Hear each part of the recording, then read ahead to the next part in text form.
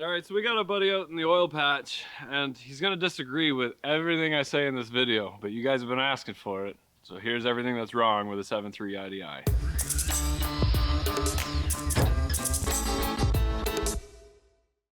Okay, so in the grand scheme of things, there's not really a whole lot wrong with these engines. We make these series just to kind of highlight what I've come across as a mechanic and my experience working on them. Things that are gonna cost you money after you buy the truck. If you see this side by the side of the road, you found a sweet body, nice clean body, what to expect underneath the hood. I'm not very fond of the Tiger Torch idea. That is why we call it Slave Lake. It always just smokes like that. If you look over there, it's actually making a haze all the way around the truck. But it wouldn't have anything to do with me bringing her all the way into the danger zone and then bringing it even further with a little bit of brake clean.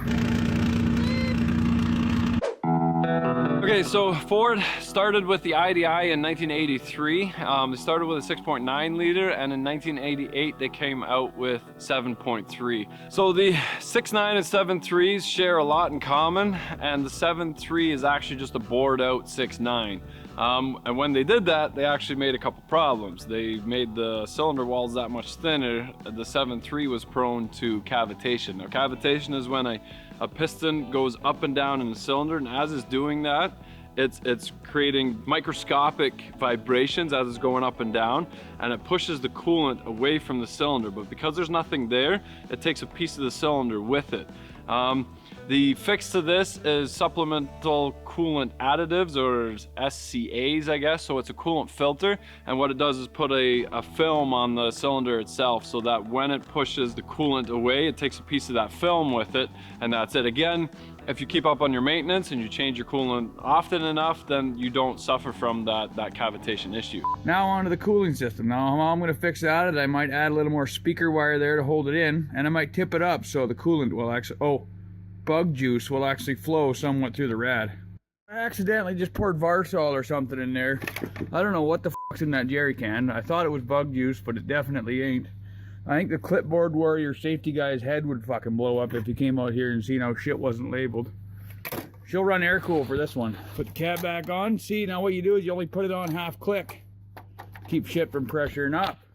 Man, I don't know if there's any coolant in there at all. Been idling for a solid 15 minutes though. I'm not really worried about it, but she's not supposed to be an air-cooled engine. In my experiences, especially in Canada, as you can see with the snow, the biggest issue is the starting. They do not like to start in the winter. I've even done work in Africa, and the guy that started a school over there thought it'd be a good idea to take an F350 with an IDI with him, and without the glow plugs working, it would not start in Africa. And it's frustrating because I want to go work on Toyota Helixes and I end up working on F350. Anyway, the problem with the starting on the 7.3s is that they're glow plugs, and the glow plug is a little pencil looking like thing that gets positive and negative given to it, and it turns cherry red. There's a wait to start light in the cab, and if you start cranking before that wait to start light goes off, the glow plugs are cherry red, and when the fuel hits that glow plug, it'll kind of make a burn mark on the glow plug, and it'll destroy that glow plug. 1 or 2 or 3 or 4 bad glow plugs and it won't start anymore. So you're constantly replacing the glow plugs in it, and then the glow plug controllers were a pain in the butt as well. That's the glow plug controller. I thought sometimes they were on the other side as well. It's got ice in the coolant. That's not good. How deep's the snow over there, bud? There's only one truck that can save us. As you can see, Slave Lake is absolutely f***ing buried. All right, hold on. Let's see if the glow plugs click.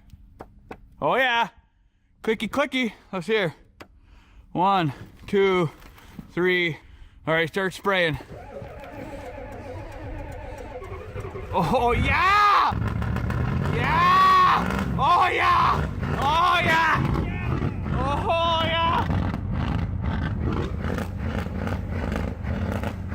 Was she idle? Oh yeah!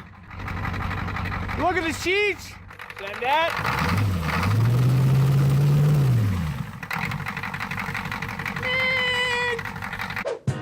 So working on them, very straightforward. I've replaced a bunch of pumps on them before. That's very standard. My biggest beef with these stupid things is the return lines on the injectors. These are the little rubber lines going to them. It's a plastic clip that goes around the injector, and then these rubber lines with these cheap little hose clamps on it. And with so many heat cycles, and it might be worse in our area because it gets so cold, and then it gets hot and cold and hot and cold, the rubber starts to crack and the plastic gets brittle. So you'll be driving along, you pop your hood, and all of a sudden you got fuel spilling everywhere because your return line is leaking again.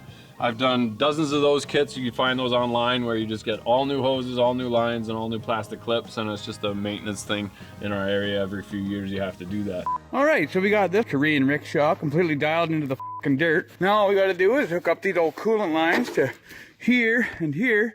She's a bit cold, eh? You can tell because of the frost. We're gonna take out this Ford injector and feed her some hot coolant. Fuck the old Korean rickshaw making out with American muscle right here. Or the giant hole burnt in it. Let's get a little bit of cruise control wire here. Yo, oh, look at the smooth coming out of there. Here, I thought I killed her. So the number one reason why they're terrible and they're good at the same time is that they really don't make much power. Because it's gutless, you can run it forever if you maintain it, because it's really not doing that much work. The engine weighs 900 pounds. The early IDIs made about 190 horsepower, which isn't bad for an 8-cylinder back in its day. Now the Power Stroke has nothing in common with the IDI other than the displacement. You won't have anybody bragging with their IDI. You won't see any in pull trucks or anything like that, because they just kind of put along. They get you from point A to point B, but not very, very quickly. I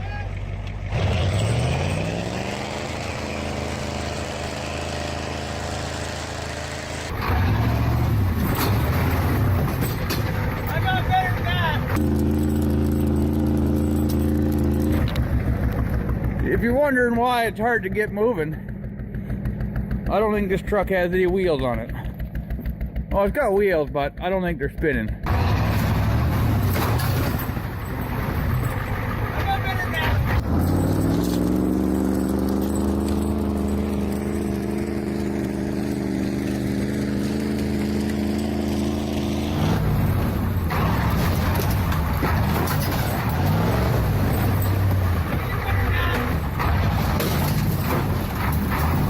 Well, I guess we figured out how tough the old drive shaft is on the old Slave Lake here.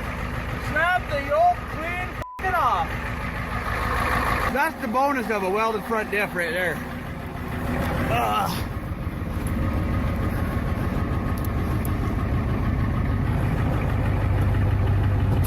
Front wheel drive.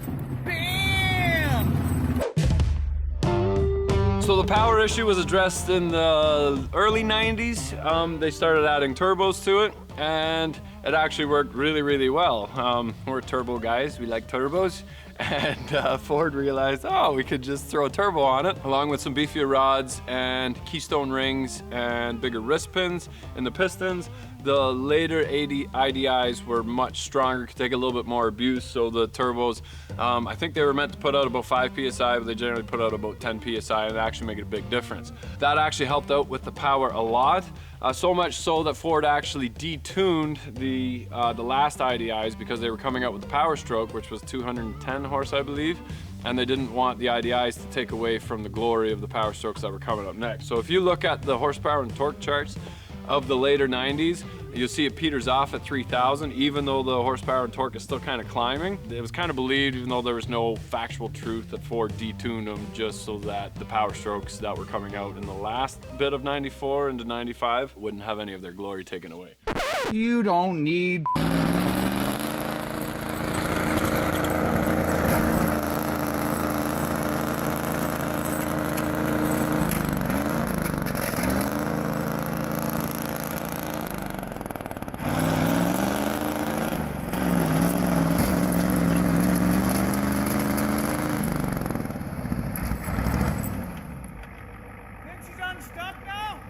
I'd say.